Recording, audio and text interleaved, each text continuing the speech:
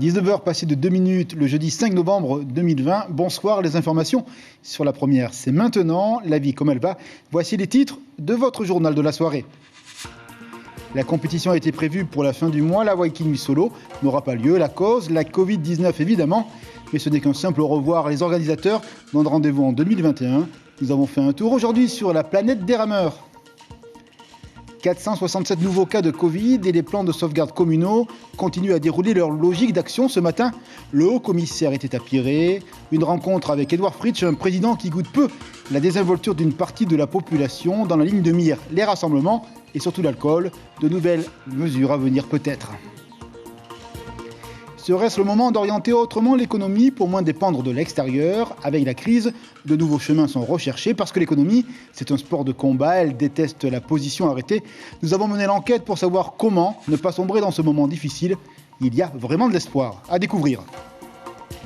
Et c'est parti pour 2 ans de travaux autour du pont d'Amuta pour lutter avec plus de force contre les inondations au temps de la saison des pluies. Le pont va être rehaussé d'1 mètre. Une déviation sera mise en place dans ce secteur à forte circulation automobile. Des images qui font le tour du monde. Le Surfeuille sort le grand jeu à Tehupo. Des marques tournent des spots publicitaires avec nos pros. Et sur la toile, la vague monte au ciel du plébiscite. Déjà plus de 6 millions de vues pour Mata Hydrolé. Nous avons été de ce côté-là pour vous raconter ce phénomène. Et l'on commence ce journal. C'était une petite compensation, pareil à un doux baiser sur un visage triste. On veut parler en cela de la Hawaii Nuit Solo. Elle avait été pensée pour ne pas laisser une case vide dans le calendrier du Baha. Hélas, l'invisible virus a eu raison de ce rendez-vous annulé. Le cœur à marée basse, nos champions, mais promis, rendez-vous en 2021. Reportage avec Nicolas Suiré, Hirotero Rotois. La Hawaii Nuit Solo reportée à l'an prochain à cause de l'augmentation des cas de Covid. Les organisateurs sont très déçus, mais la peur de propager la maladie l'a emporté. À chaque fois, dans toutes les compétitions, il y a toujours les parents, les tatis, la grand-mère, le grand-père qui participent. Malgré donc les règles que nous allons imposer donc à nos athlètes, que nous avons déjà commencé effectivement, on leur a annoncé donc de ne pas se présenter avec votre famille, déposez-vous et récupérez. Vivez donc en live de chez vous à la maison. Mais on sait très bien que c'est quelque chose qui va être très difficile. D'autant plus déçus que les bénévoles ont passé énormément de temps à travailler sur le projet. On rentrait super tard, on ne comptait pas nos heures en fait. C'était vraiment des échanges entre l'équipe, des tournées d'information également. Tous les week-ends ils sont passés? Oui, tous les week-ends ils sont passés. D'aucuns estiment que la course aurait pu avoir lieu sous certaines conditions. Dès qu'on est à l'extérieur, le risque il est déjà moindre, à mon avis. Au soleil, c'est ventilé, on évite les attroupements, bien sûr. Ça c'est faisable, tout à fait faisable, à mon avis.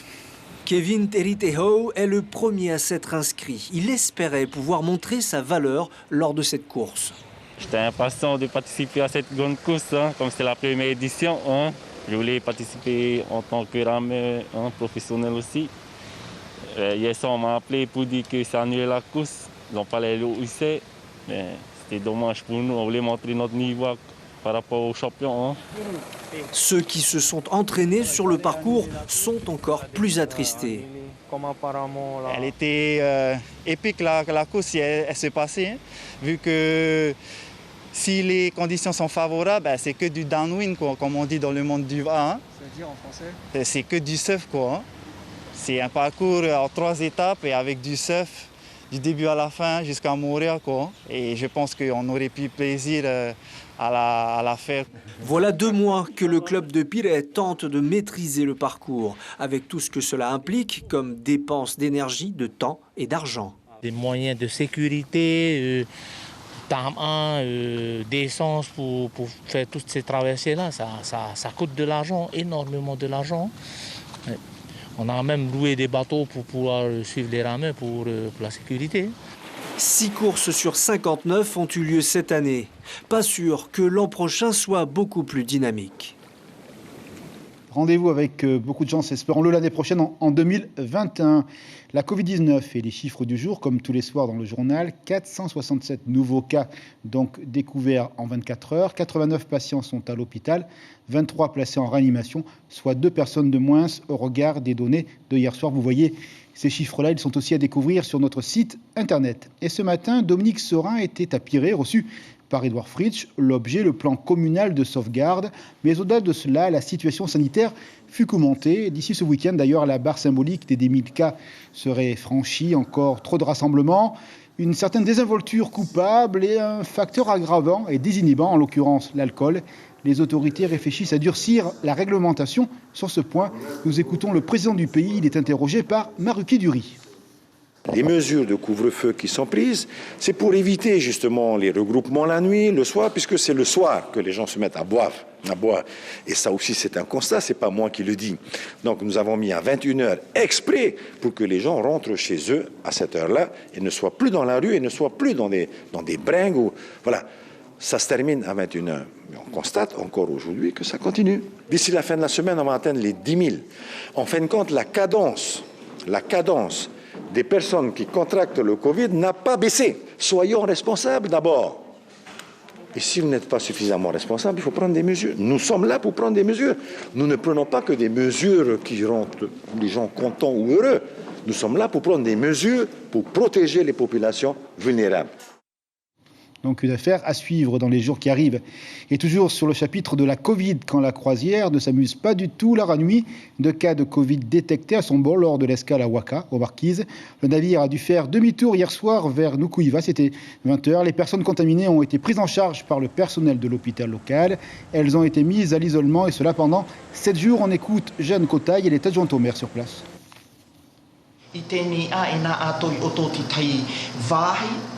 Pour le moment, ils sont logés au centre d'hébergement communautaire, là où est située la maison pour tous. La population et la commune ont préparé le lieu afin d'accueillir les personnes malades et qu'ils aient le confort nécessaire. Ils ont une télévision à disposition. Et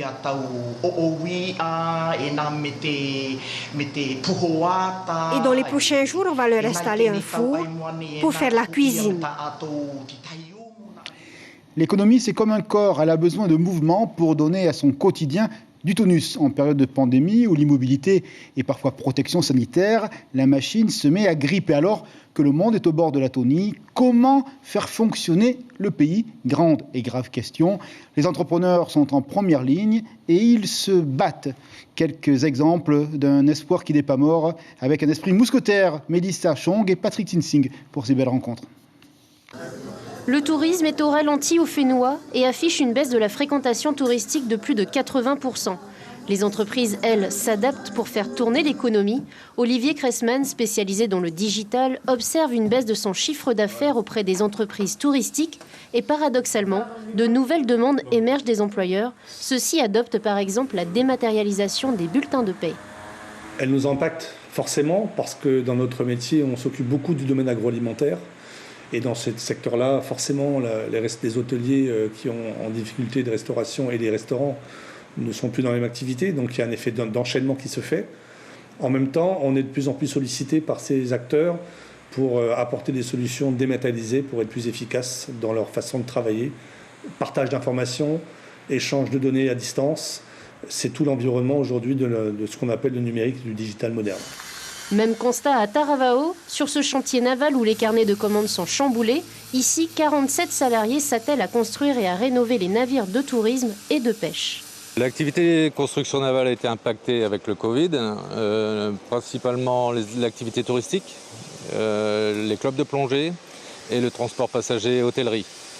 Donc on a eu des commandes qui ont été annulées et des commandes qui ont été différées, en attendant que la situation redevienne normale. En préparation, il y a justement le Ulysse 2. Ce navire de 23 mètres sera prêt d'ici décembre et pourra partir pour de longues campagnes de pêche. Car si le tourisme est en baisse, la pêche, elle, permet de garder une activité constante sur le chantier. On mise beaucoup sur de futures unités de pêche. Certains armateurs sont en passe de passer ces commandes. D'autres attendent l'attribution de nouvelles licences de pêche. Donc l'année 2021 et 2022 seront très liées à cette commande pêche et à la commande de nouvelles unités. À Punaoya, si les touristes se font rares, les produits du terroir, eux, ont le vent en poupe. Consommés local et dans l'air du temps. D'ailleurs, 40% des produits vendus dans cet établissement sont fabriqués ou transformés au Fénois. Nous, on a un hôtel à côté qui est fermé. Donc moins de touristes, moins de rentrée d'argent, moins de gens qui travaillent, moins de dépenses. Ce qu'on essaye de faire, c'est de mettre en avant tous les produits qui sont issus de l'industrie, de l'agriculture, de la production locale, le petit artisanat. On essaye de créer des contrats, des accords avec tout le tissu local de production. Selon le président du MEDEF, Frédéric Doc, les revenus liés au tourisme sont en chute libre, raison de plus pour réorienter l'économie du Fénois vers une économie plus locale et ainsi moins dépendre de l'extérieur. Et nous continuons toujours dans le chapitre de l'économie. La mauvaise passe, vous le savez, pour le secteur du tourisme. Et le confinement dans l'Hexagone n'a rien facilité. Les annulations pleuvent. Les touristes pensent que notre destination est fermée malgré les efforts de communication des autorités. À Ariatea, la clientèle française, c'est plus de la moitié des visiteurs. Et les Américains hésitent dorénavant à venir. Bref, cela ne sourit pas. Notre correspondant Julien Vesco a rencontré un professionnel un brin désabusé. On l'écoute. Emmanuel Macron a promulgué un décret le 29 octobre qui interdisait aux gens de venir en Polynésie française et 3 jours après, le haut-commissaire dit qu'ils peuvent venir. Alors nous, on ne sait plus où aller. Tous les tours opérateurs ont annulé toutes les réservations. Alors qu'est-ce qu'il faut faire ? Quel est le manque de communication? Nous, on ne sait plus quoi faire et on est vraiment dans la souffrance. Là. Les taxes, elles sont là, les impôts, ils nous les réclament, la CPS nous réclame, la taxe de séjour, on nous la réclame. Et tout ça va tomber ce mois-ci et le mois prochain. Un projet de nature a apaisé les angoisses. On parle de santé dans les îles sans médecin. C'est une valise de télémédecine. Elle est arrivée à Manou pour une période de test, d'essai. L'île est dotée du haut débit depuis le début de l'année 2020. Par cet outil, l'agent de santé est en communication directe avec le médecin qui lui est à haut ou bien avec le SAMU de Papeete. En plus, il peut transmettre en direct tous les examens, conséquence, un diagnostic assuré et sur mesure. Donc une expérience à suivre pour la santé de l'ensemble de nos concitoyens qui sont dans les archipels. C'est presque un exercice pour le certificat d'études. Les éléments, des ponts trop bas, des arbres et des déchets pêle-mêle qui forment des bouchons. Conséquence, l'eau sort du lit des rivières. Bref, ça inonde à Amouta. Des travaux débutent, 2 ans en tout, mais il y a un soulagement très fort dans le quartier. Reportage Thierry Stanfleur avec Mirko Vanfo. Ici, donc, la marque du niveau d'eau qui était dans ce bureau, donc c'était assez important. Il y a eu pas mal de dégâts dans l'établissement. La baie vitrée ici, un arbre est passé par la fenêtre. Voilà. Au bord de la rivière Amouta à Pirée, le lycée Diadème a été en première ligne, notamment en 2017. En cause, ce pont trop bas, traversé par une 4 voies, très chargée toute la journée. Effectivement, au bord d'une route qui est très circulée, à 2 fois 2 voies. Et donc, essayer de faire un chantier qui ne perturbe pas la circulation. Dans 3 mois, une déviation sur un pont provisoire sera mise en place. Il faudra ensuite une bonne année, d'abord pour faire passer les réseaux d'eau, de la TEP ou de l'EPT sous la rivière, puis rehausser le nouveau pont de 90 cm. Ce chantier de 350 millions de francs entraînera-t-il des embouteillages supplémentaires, matin et soir? Le ministère estime que les conséquences devraient être modérées. Alors, les 4 voies sont maintenues. C'est une déviation à 2 fois 2 voies. Et donc on aura en principe la perturbation, c'est que les gens vont être obligés de rouler doucement parce que ça va être très contraint au niveau des rayons de courbure. Mais donc ça devrait être moins gênant que ça peut être pour par exemple à Nawata ou Maruapu. Durée estimée des travaux, 22 mois. Le lycée et certaines habitations en amont devraient pouvoir alors retrouver un peu de sérénité en cas de forte pluie. Et un peu de politique avec le budget des Outre-mer en augmentation, une évolution de 2,5%, soit une enveloppe qui dépasse allègrement les 2 milliards d'euros. L'Assemblée nationale a voté à Paris ses crédits d'État, c'était cette nuit. En séance, le député Brotherson était présent. Son vote a été favorable. Le parlementaire nous donne ses explications. Nous l'écoutons. On peut toujours espérer plus. Là, il faut voir le verre à moitié plein ou à moitié vide. Cette année, j'ai préféré le voir à moitié plein. Et puis, c'est aussi un signal d'encouragement pour le nouveau ministre des Outre-mer, Sylvain Cornu, qui est quelqu'un, à titre personnel, que j'apprécie. Et en tant que député, donc j'apprécie la précision des réponses. Pour l'instant, en tout cas, il ne manie pas la langue de bois. Il répond précisément aux questions qui lui sont posées, il l'argumente. Et ça, c'est quelque chose que j'apprécie. Un coup de fil dans ce journal avec les sports traditionnels. Il ne renonce pas. Il aura bien un championnat, mais dans des conditions spéciales. Ce sera même une première. Aucun spectateur ne pourra assister à ces magnifiques exploits qui nous parlent du Fénois. Nous avons donc joint par téléphone Enoch Loglin. Il est le président de cette fédération. A tout de suite, nous l'écoutons. On a reporté une fois, une deuxième fois. La journée va se dérouler à huis clos, sans public, avec des dispositions particulières. Tous les athlètes devront, nous vérifierons à ce que les athlètes portent un masque conforme. On les appellera pour le lever de pierre. Il y a 6 athlètes qui viennent. Au moment du lever de pierre, l'athlète pourra retirer son masque puisqu'il sera tout seul. Concernant le lancer de javelot, ils seront dans des cadres de 4 mètres carrés chacun pour venir lancer avec le masque, bien sûr. Bon nombre d'associations des îles. Pour eux, c'est vraiment la finalité d'années d'entraînement, de préparation, de financement pour nous rejoindre. Et effectivement, par rapport à la tradition, le paréo, la couronne et le max, bon, ça va faire un peu dépareiller avec le max, mais nous exigerons quand même à ce que nos athlètes respectent la tenue traditionnelle. Du sport toujours et peut-être une future pépinière de champions avec le basket. Pour les jeunes du côté de Nukuiva, cela marche fort. Sous les paniers, après seulement 3 mois d'existence, l'école de basket réunit une trentaine de jeunes, garçons et filles. C'est dire l'attente qu'il y avait sur l'île. Et pendant ces vacances, un tournoi leur a été spécialement dédié. Belle ambiance assurée. Jeanne est la présidente du district de Nukuiva pour le basket. Elle répond à notre correspondante Marie Curvat.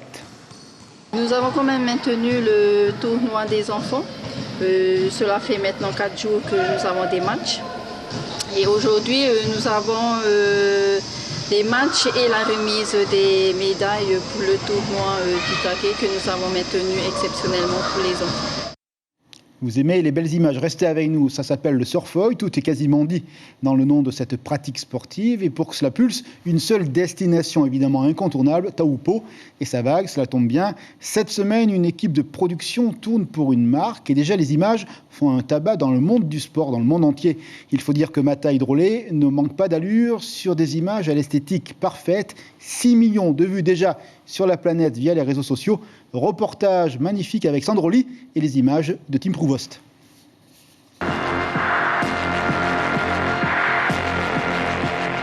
C'est certainement l'une des plus belles vagues de la journée. Cette image immortalisée a d'ailleurs été vue plus de 6 millions de fois sur les réseaux sociaux. Perché sur sa planche au-dessus de l'eau comme un oiseau, Mata Hydrolé plane majestueusement à l'intérieur de la vague. Quand j'ai tubé, j'ai vu le shot, j'étais là, ça va, mignon. Et après, j'ai posté sur Insta et tout le monde était là, ah, méga, mais je sais pas, ça m'étonne que personne n'ait eu de shot en foil dans un tube avant. Genre, j'avais déjà eu des tubes avant, mais bon, il n'y avait pas de photographe et tout. Là, c'était cool qu'il y ait quelqu'un qui rate pas le shot. Enzo, il avait fait un tube le jour d'avant. Personne ne l'a eu parce que voilà, le bateau était pas en place. Peut-être les photographes étaient trop en bas. Voilà, c'est une question de chance aussi d'avoir un shot en foil dans un tube. C'est la première fois dans le monde qu'un foil dans un tube est filmé et photographié. Une équipe de production extérieure est venue spécialement à Taupo pour réaliser des images pour une marque de foil. Chaque année, on organisait un photoshoot pour la marque et on avait besoin d'un endroit où il y a assez de paysages pour faire les différentes disciplines qu'on a, à savoir le e-foil, le surf-foil, la wing. Donc il faut du vent, de l'eau claire et des vagues. Et du coup, Tahiti, c'était vraiment la destination rêvée et parfaite pour faire ça. Le foil est tracté par un jet ski pour aller 5 fois plus vite qu'un surfeur et pour ne pas rater un tube. 8 terrains d'images ont été tournés en 12 jours de shooting. Mata Hydrolé, Tikairi Smith et Lorenzo Avenenti sont les 3 surfeurs retenus pour des prises de vue sensationnelles. 2 mains comme ça en l'air, hein. Si tu vois c'est beau, tu fais seulement une. Ah non, je vais voir, mais juste au cas où, puis encore plus, ah ok là, même si on dirait pas bon, je vais aller quoi. Il y a eu du surf foil sur la houle de la passe de Havre, cette planche avec des ailettes qui servent à décoller de l'eau à différentes vitesses. Il y avait également du windfoil, voile poussée par le vent qui flotte au-dessus de l'eau comme sur un nuage. Avis aux amateurs, ce sont les 2 nouvelles tendances dans le monde du surf. bien, ça fait tout simplement rêver les sédentaires. On va vous donner l'information principale de la journée pour terminer cette édition.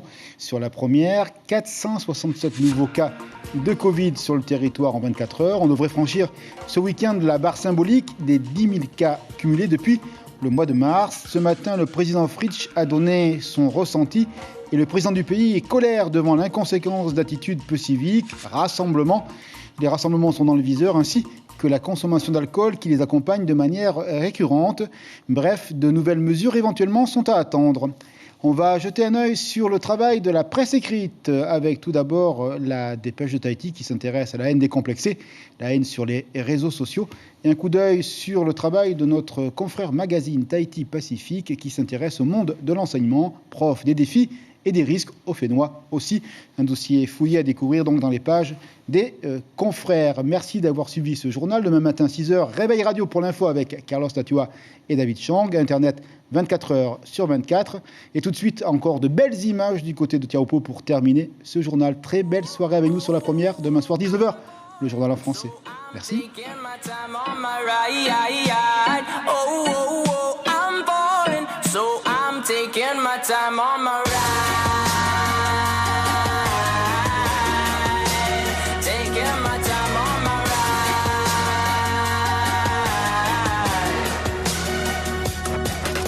I die for you, that's easy to say. We have a list of people that we would take. A bullet for them, a bullet for you, a bullet for everybody in this room. But they don't seem to see many bullets coming through. Too many bullets coming through. Metaphorically, I'm the man, but literally, I don't know what I do. I live for you, and that's hard to do. Even harder to say when you know. Retrouvez ce programme en replay sur notre site internet.